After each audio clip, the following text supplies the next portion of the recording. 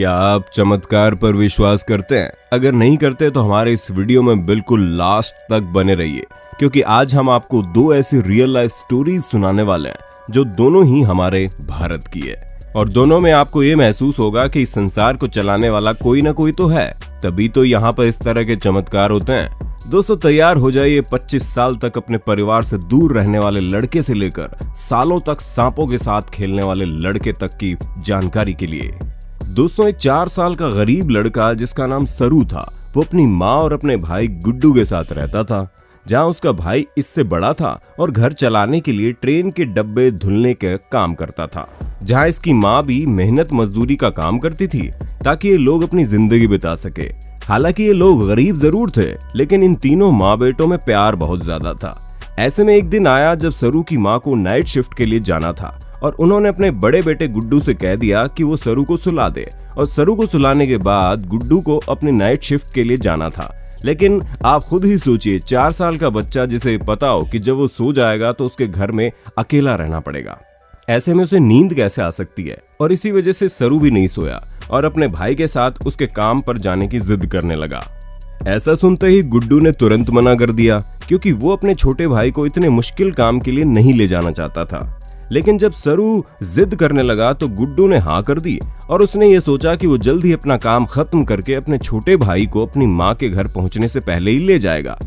लेकिन आज तो कुछ और ही होने वाला था, क्योंकि जब गुड्डू अपने छोटे भाई को एक बेंच पर बैठाकर अपना काम करने लगा तो उसके बाद सरू ट्रेन देखने के लिए काफी ज्यादा उत्साहित हो गया, जिसकी वजह से वो ट्रेन को छोड़कर जिसमें उसका भाई काम कर रहा था दूसरी ट्रेन की तरफ चला गया। ऐसे में बच्चा थका तो था ही, इसलिए ट्रेन पर चढ़ते ही सरू जमीन पर लेट गया और लेटते ही वो सो गया। लेकिन जब उसकी आंखें खुली तो उसने ये देखा ट्रेन तेज रफ्तार से चलती जा रही है। ऐसे में दोस्तों 4 साल के बच्चे के लिए चीज बहुत ही ज्यादा हैरान करने वाली थी कि वो चलती हुई ट्रेन में अनजान लोगों के पास लेटा हुआ है। और जब ट्रेन रुकी तो वो एक ऐसी जगह पर था जिस जगह के बारे में उसे कुछ नहीं पता था, और वो जगह कोई और नहीं बल्कि कोलकाता थी। जी हाँ दोस्तों, सरू कोलकाता पहुंच चुका था, जहां न सिर्फ वो शहर उसके लिए अनजान था बल्कि वहां के लोग भी इसके लिए ज्यादा अनजान ही थे। अब आप समझ ही सकते हैं कि जब हमें स्टेशन के बाहर छोटे छोटे बच्चे इतनी बुरी हालत में मिलते हैं तो हम उन पर ज्यादा ध्यान नहीं देते, क्योंकि अधिकतर हमें यही लगता है कि इनके माँ बाप ने इन्हें भीख मांगने के लिए भेजा है। और ठीक ऐसा ही सरू के साथ भी हो रहा था, जहां पर हर कोई उसे इग्नोर करता हुआ आगे बढ़ रहा था। ऐसे में वो जहां कहीं भी जगह पाता बैठ जाता और दिन भर इधर उधर खाने की तलाश में टहलने के बाद सो जाता। उसे कुछ भी पता नहीं था कि उसकी जिंदगी उसे कहां ले जा रही है। अब हमें आपको ये बताने की बिल्कुल भी जरूरत नहीं है कि इस तरह के बच्चों के साथ क्या होता है। और ऐसा ही एक दिन सरू के साथ भी हुआ, जहां एक शख्स आया और सरू के साथ साथ बाकी बच्चों को भी अपने साथ अपनी कार में बैठा कर ले गया। लेकिन चमत्कारिक तरीके से सरू वहां से भाग निकला और फिर कभी भी इस तरह की सिचुएशन में नहीं पड़ा। काफी दिनों तक वापस से उसी तरह की जिंदगी जीने के लिए एक बार सरू को बहुत तेज भूख लगी, जहां सामने बैठे एक शख्स रेस्टोरेंट में खाना खा रहे थे। और जब वो खाना खा रहे थे तो जैसे वो उंगलियां चाट रहे थे, सरू ने भी वैसा करना शुरू कर दिया, जिसे देखकर उस शख्स ने सरू से उसका नाम पूछा। लेकिन आप तो जानते हैं सरू अपने आप से अपने घर के बारे में कुछ बताने लायक था ही नहीं, जिस कारण उस भले शख्स ने सरू को एक अनाथ आश्रम में भेज दिया। वहां पर सरू बाकी बच्चों के साथ ठीक ठाक था। तभी ऑस्ट्रेलिया के एक कपल को इंडिया का एक अनाथ बच्चा गोद लेना था, जिसके बाद उन्होंने वेबसाइट पर सरू की तस्वीर देखी और उसे गोद लेकर ऑस्ट्रेलिया चले गए। दोस्तों अब सरू के पास सब कुछ था, खेलने के लिए खिलौने, खाने के लिए अच्छा खाना और रहने के लिए घर। और वो एक अच्छे परिवार के साथ था, जहाँ उसके माता पिता उसे बहुत प्यार करते थे। हाँ, भले ही वो उसके असली माता पिता ना हो, लेकिन कभी भी उसे उसके माता पिता की कमी नहीं होने दी। लेकिन फिर भी आप ये बात बहुत अच्छे से जानते हैं कि जो बच्चा इतने बुरे हालातों से आया हो, उसके मन में हमेशा से ही अपनी माँ और अपने भाई के लिए चिंता जाहिर होगी। और ठीक ऐसा ही सरू के साथ भी था। और जैसे जैसे सरू बड़ा हुआ वैसे वैसे उसे कंप्यूटर और टेक्नोलॉजी का ज्ञान होने लगा, जहाँ उसके बड़े होने तक गूगल मैप जैसी चीज भी इस दुनिया में आ गई थी। जिसके बाद उसने सोचा कि क्यों ना मैं अपने भाई और माँ को ढूंढूं, क्योंकि उसे पता था कि वो इंडिया का है और कोलकाता से उसे लाया गया है। पर इन जानकारियों के अलावा सरू के पास और कोई सबूत नहीं था जिससे वो अपनी माँ और भाई को ढूंढ सके। लेकिन फिर भी उसने हार नहीं मानी। करीब 1 साल तक लगातार जब भी उसे खाली समय मिलता वो गूगल मैप में वो जगह ढूंढने की कोशिश करता रहा जहां से वो आया था। हजारों की संख्या में स्टेशन होने की वजह से ये काम तो नामुमकिन था कि वो उस स्टेशन को ढूंढ पाए जहां से वो खोया था। लेकिन हाँ, न जाने कैसे एक चमत्कार हुआ जहां पर उसे ये ब्रिज याद आया जो उसके गांव के करीब था, जिसको देखते ही सरू ने ऑस्ट्रेलिया से तुरंत इंडिया के लिए फ्लाइट पकड़ी और उस जगह पर पहुंच गया। इस तरह की सिचुएशन में कई तरह की संभावनाएं हो सकती है, जहां पर यह भी हो सकता है कि उसके माँ और भाई वहां से हट गए हो, लेकिन सरू ने ट्राई करने में कोई भी हर्ज नहीं समझा और वो तुरंत वहां पहुंच गया जहां जाते ही वो अपनी माँ को पहचान पाता या ना पहचान पाता। लेकिन एक बूढ़ी औरत आई और तुरंत उसने उसे अपने गले से लगा लिया और वो कोई और नहीं बल्कि सरू की माँ थी। लेकिन इस खुशखबरी के साथ सरू को एक बुरी खबर भी पता चली। वो कुछ और नहीं बल्कि ये थी कि जिस रात सरू खो गया था उसी रात उनके भाई की मौत भी हो गई। जहां पर जब सरू खोए तो उनके भाई ने इन्हें ढूंढने के लिए कई सारी ट्रेन में जाने लगे। उसी बीच ट्रेन के नीचे आने की वजह से गुड्डू की मौत हो गई। पर जब सरू अपनी माँ से मिला तो उसे यकीन हो गया कि इस दुनिया में अभी भी चमत्कार होते हैं, क्योंकि उसे कभी भी ये उम्मीद नहीं थी कि इतने बड़े भारत में 4 साल की उम्र में खोया हुआ लड़का 25 सालों बाद अपनी माँ को ढूंढ पाएगा।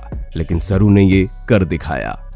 तो दोस्तों, हमें पूरी उम्मीद है आपको अपने होस्ट दोस्त सैम की इस वीडियो में काफी मजा आ रहा होगा। अगर हाँ तो साथ ही वीडियो को लाइक करते चलिए ताकि हम फ्यूचर में इसी तरह के इंटरेस्टिंग वीडियोस लाते रहें आपके लिए। अभी तो आपने इस वीडियो में एक ही चमत्कार भरी कहानी देखी है, अब जरा भारत में ही रहने वाले देवेश नाम के लड़के के साथ हुए चमत्कार के बारे में सुनिए, जिसके बारे में सुनकर आप वाकई हैरान हो जाएंगे। हमें आपको ये बताने की बिल्कुल भी जरूरत नहीं है कि सांप कितने ज्यादा खतरनाक होते हैं। हर साल करीब 60 लाख लोगों को सांप काटते हैं, जिनमें से आधे तो इतने जहरीले होते हैं जिससे आदमी मर जाता है। और इन सांपों का शिकार ज्यादातर बच्चे और किसान होते हैं। पर सांपों के काटने वाली घटनाएं अधिकतर आपको एशिया और अफ्रीका में ही सुनने को मिलेंगी, जिनके कुछ देशों में तो सांपों का एंटीडोट मौजूद है।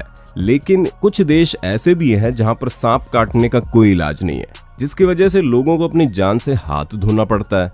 और ऐसे में भारत का कोबरा सांप कितना ज्यादा खतरनाक होता है ये आप बखूबी जानते ही होंगे। पर क्या आप कभी ये कल्पना कर सकते हैं कि मात्र 7 साल का बच्चा और किसी से नहीं बल्कि कोबरा से दोस्ती कर बैठे? सुनने में बहुत अजीब है ना दोस्तों, लेकिन ये सच है। क्योंकि जब देवेश मात्र 7 साल का था तब उन्होंने अपने माँ बाप से बोला कि उन्हें खेलने के लिए कोई पालतू जानवर चाहिए, पर इनके माँ बाप ने कुत्ते बिल्ली जैसे जानवरों को घर लाने से सख्त मना कर दिया। और अब आप बच्चे का मन तो जानते ही हैं, उन्हें जो चाहिए होता है तो वो बस चाहिए होता है, फिर वो किसी तरीके से ही हो। इसी वजह से एक दिन देवेश अचानक से ही 2 सांपों को अपने साथ घर ले आया। ऐसे में दोस्तों आप ये सोच सकते हैं कि देवेश के माता पिता का इस पर क्या रिएक्शन रहा होगा, क्योंकि जहां वो अपने घर में कुत्ता और बिल्ली जैसे जानवर को नहीं आने देना चाहते थे, वहीं उनका बेटा 2 कोबरा सांपों को ले आया जो कि कभी भी किसी पर वार कर सकते हैं। और इसी वजह से उनके माता पिता ने पहले देवेश को डांटा और फिर बाद में प्यार से समझाया बुझाया कि वो इन सांपों को वापस से जंगल छोड़ आए। लेकिन देवेश ने उनकी एक न मानी और वो बोला अभी ये मेरे साथ ही रहेंगे। देवेश के माँ बाप लाचार होकर हाथ पैर भी जोड़ने लगे ताकि उनका बेटा दया खाकर इन सांपों को छोड़ दे। लेकिन देवेश के सर पर तो जैसे भूत सवार था और किसी भी हाल में वो इन सांपों को छोड़ना नहीं चाहता था। ऐसे में कई दिन बीत गए, लेकिन इन सांपों ने देवेश को हल्का सा भी नुकसान नहीं पहुंचाया। यहाँ तक कि जब देवेश इन्हें अपने साथ नहलाता और खिलाता पिलाता था तब भी वो लोग बड़े आराम से उसकी कंपनी एंजॉय करता था। लेकिन अगर कोई भी देवेश के करीब आता था तो इन सांपों का गुस्सा 7वें आसमान पर पहुंच जाता था, जैसे कि वो देवेश की रक्षा कर रहे हो। दोस्तों ये सिलसिला 1-2 नहीं बल्कि 4 सालों तक चलता रहा, जहां पर देवेश ने अब तक पूरे 15 सांपों को अपना पालतू जानवर बना लिया है। हालांकि सबके साथ ये नहीं रहते बल्कि इन्हें जंगल से लाते थे और कुछ दिन बाद इन्हें साथ रखने के बाद वापस जंगल छोड़ देते थे। लेकिन इन्हें पता था कि ये किन सांपों के दोस्त हैं। यहाँ तक कि 3 सांप तो ऐसे थे जो खुद से ही देवेश से मिलने के लिए जंगल से इनके घर चले आते थे बिना किसी को एक भी नुकसान पहुंचाए, जो कि अपने आप में बहुत ही चमत्कारिक भरी बात है। अब आप खुद ही सोचिए कि 4 सालों तक इतने सारे सांप एक बच्चे के पास रहे और कभी भी उसको किसी भी तरह का नुकसान ना पहुंचाए, उल्टा एक छोटे से बच्चे की बात माने। जी हाँ दोस्तों, जब देवेश इन सांपों से कुछ भी करने को कहता था तो वो ये करते थे, यहाँ तक कि उसकी डांट भी सुनते थे, जो कि अपने आप में बहुत अनोखी बात है और शायद ही हम लोगों ने ऐसा कभी सुना होगा।